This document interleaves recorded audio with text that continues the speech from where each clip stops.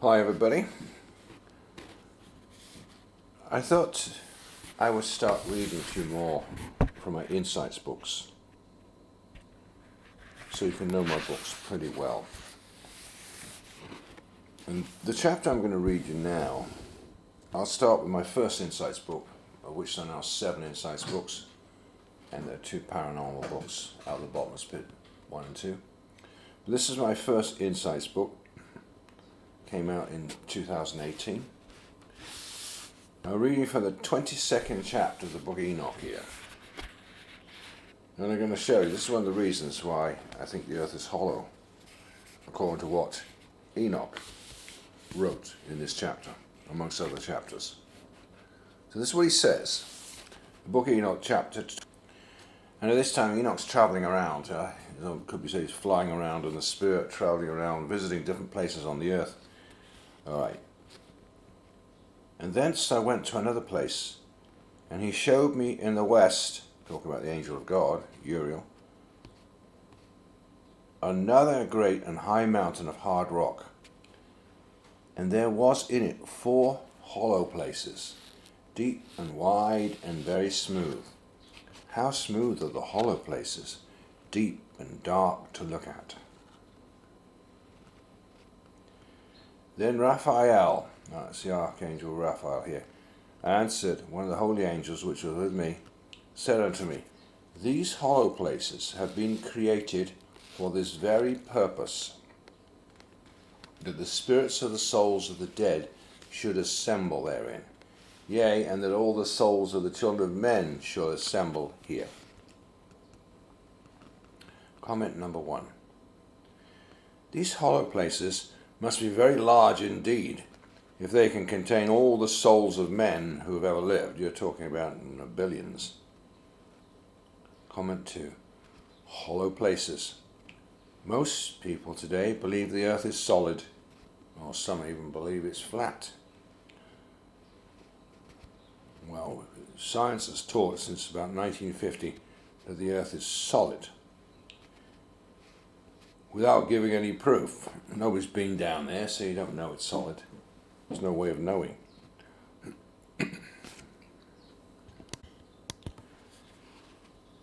It makes much more sense, however, that the earth is actually hollow. Why? Well, as I said yesterday or the other day, most things in nature are hollow in order to contain other things to put within them, or to flow within them.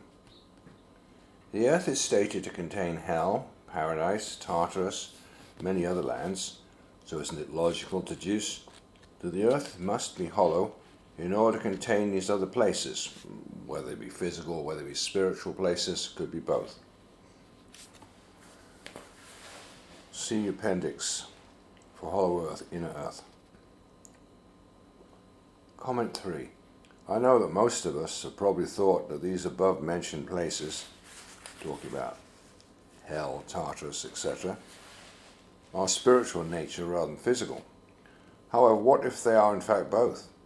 Part spiritual, part physical, unless they do need some space. Thus a hollow earth would be more suitable to contain all these places.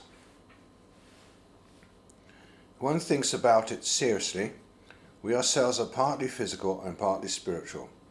It's been stated there are many dimensions, some going up, some down. The higher dimensions are more spiritual, the lower ones more physical. Verse number 3 from Enoch 22 verse 3. And these places have been made to receive them till the day of their judgment, until their period appointed, till the great judgment comes upon them. Revelation 20:13.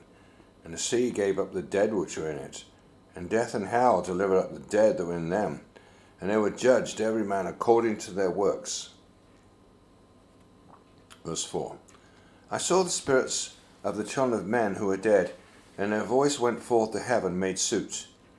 Then I asked Raphael, the angel who was with me, and I said unto him, This spirit whose is it, whose voice goes forth and makes suit, or implores? Verse 5. And he answered me, saying, This is the spirit which went forth from Abel, whom his brother Cain slew, and he makes his suit against him until his seed is destroyed from the face of the earth, and his seed is annihilated from amongst the seed of men. Comment 5. His seed is annihilated. This would appear to be talking about Satan's seed. 1 John 3:12. Not as Cain, who was of that wicked one, Satan, and slew his brother, because his own works were evil, and his brother's. JASHER 1:22. And Abel answered Cain, saying, Surely avenge my cause, and he will require my blood from thee, shouldst thou slay me. Antiquities of the Jews, Josephus 2. Concerning Cain.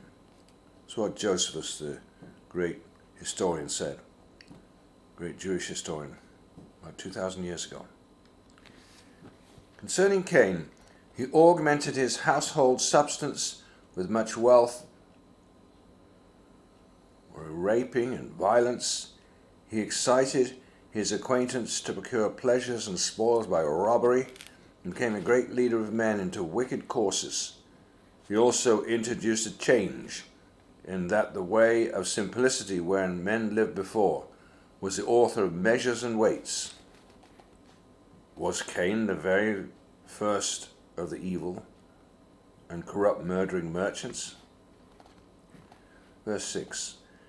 Then I asked regarding it, and regarding all the hollow places, why was one separated from the other?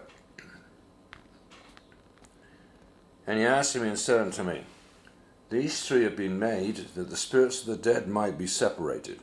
And such a division has been made for the spirits of the righteous, in which are there as the bright springs of water.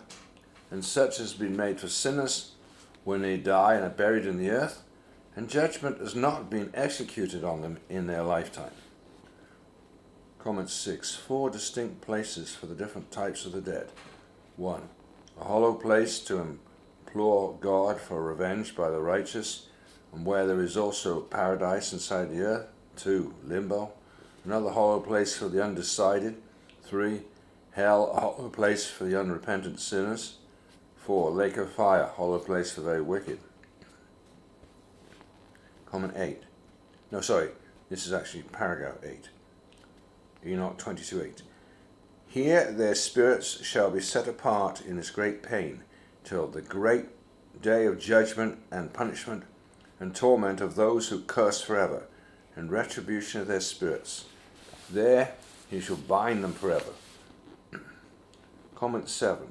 This last verse seems to be talking about the very worst spirits, who, like Satan, will end up being cast into the lake of fire. As mentioned before, cursing was originally started by the fallen angels and those who curse and swear, and do it by the power of bad spirits or demons, whether people know it consciously or not. Enoch 22:9. And such a division has been made for the spirits of those who make their suit, and who make disclosures concerning their destruction, when they were slain in the days of the sinners. Comment 8. A special hollow place for all the souls who have been slain who implore God for vengeance. Revelation 6:9. And when he had opened the fifth seal, I saw under the altar the souls of them that were slain for the word of God and for the testimony which they held. Revelation 6:10. And they cried with a loud voice, saying, How long, O Lord, holy and true, dost thou not judge and avenge our blood on them that dwell on the earth? Enoch 22:10. And such has been made for the spirits of men who were not righteous but sinners, who were complete in transgression, and that of the transgression they shall be companions. But the spirit shall not be slain in the day of judgment, nor shall be raised from thence. Comment 9. This sounds like a very great multitude of unsaved peoples who will not live during the coming millennium, but will be awakened after it, the great final judgment of the great white throne judgment. They were not judged at the coming wrath of God.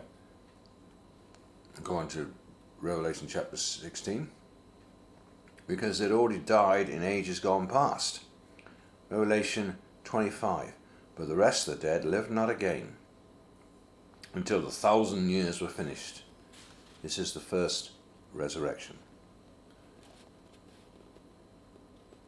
Enoch 22 verse 11, final verse. Then I blessed the Lord of glory and said, Blessed be my Lord, the Lord of righteousness, who rules forever. Very interesting there, because obviously the Lord of righteousness is talking about Jesus. And that's what we will find in this book of Enoch, that Enoch, who lived like 5,000 years ago and longer, he talks about Jesus a lot. He talks about him in many places in this book. It's fantastic. Absolutely fantastic. So that was from chapter 22 of my book Enoch Insights, where it's got the book of Enoch in it, plus comments and Bible references. Since we've got a bit more time here, I'll read you yet another chapter. Here's chapter 24, which seems to talk somewhat about the tree of life. So, Enoch 24, verse 1. And from thence I went to another place of the earth, and he showed me a mountain range of fire, which burnt day and night.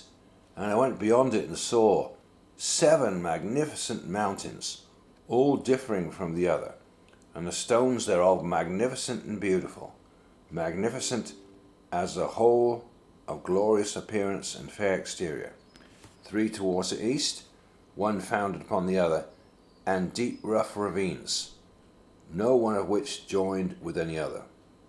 2nd EZDRAS 2:19. See that in my other book, EZDRAS Insights. And the same number of springs flowing with milk and honey, and 7 high mountains on which roses and lilies grow. By these will I fill your children with joy. Verse 2, Enoch 24 verse 2. And the 7th mountain was in the midst of these, and it excelled them in height, resembling the seat of a throne. And fragrant trees encircled the throne, and amongst them was a tree such as I had never yet smelt, neither was there any amongst them, nor were there any others like it. It has a fragrance beyond all fragrance, and its leaves and blooms and wood wither not forever. Its fruit is beautiful, and its fruit resembles the dates of a palm. Revelation 21:2. And I, John, saw the holy city, New Jerusalem, coming down from God out of heaven, prepared as a bride, adorned for her husband. Revelation 21:3.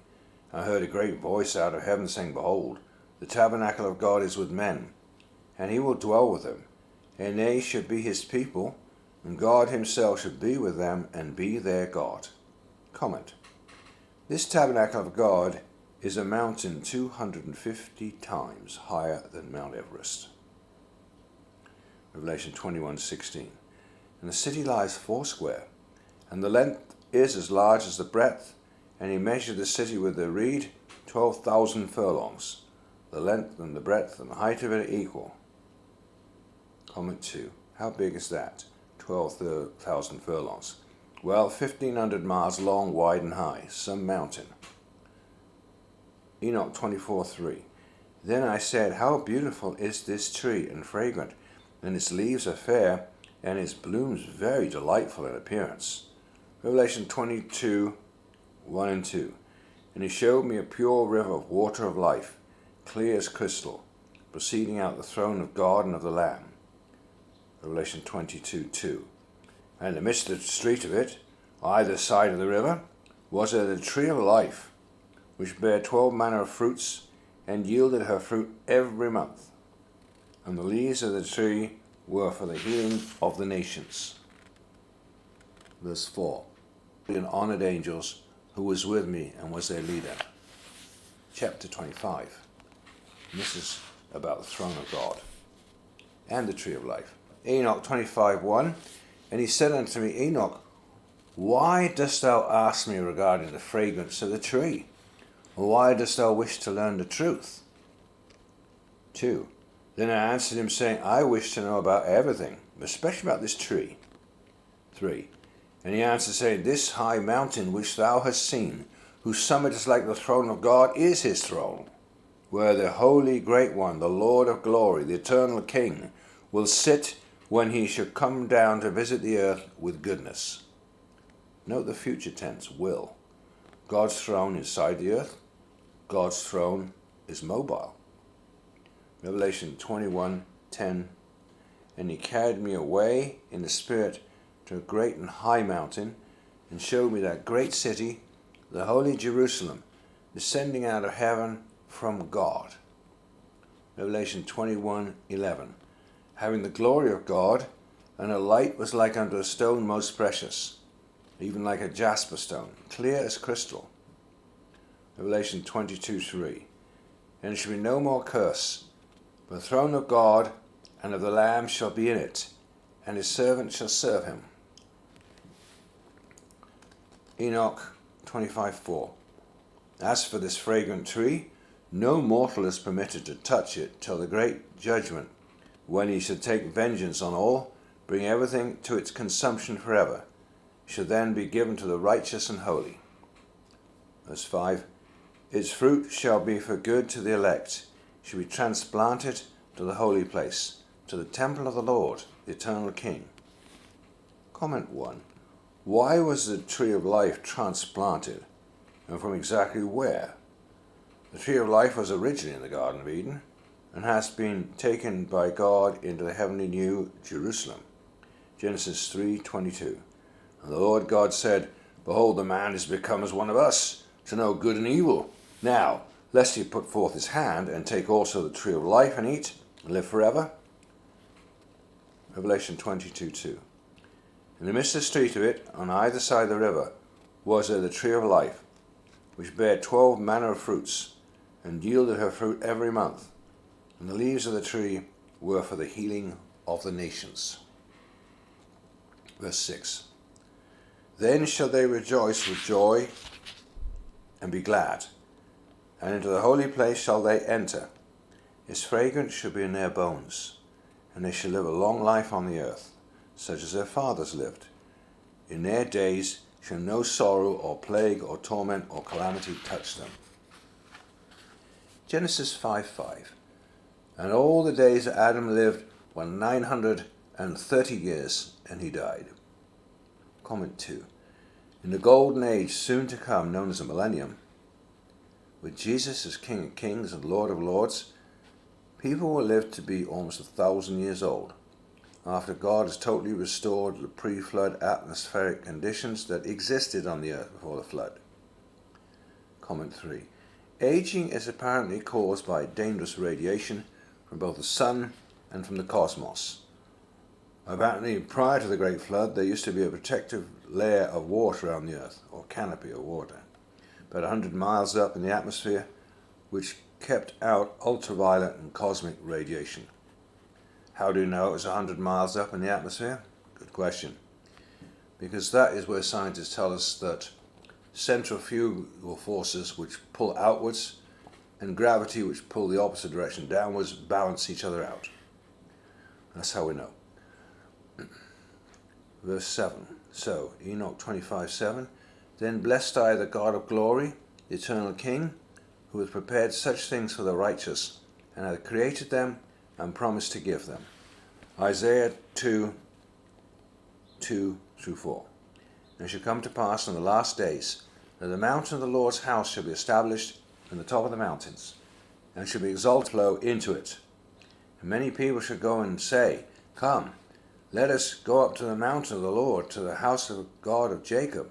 He will teach us of his ways, we will walk in his paths. For out of Zion shall go forth the law, and the word of the Lord from Jerusalem.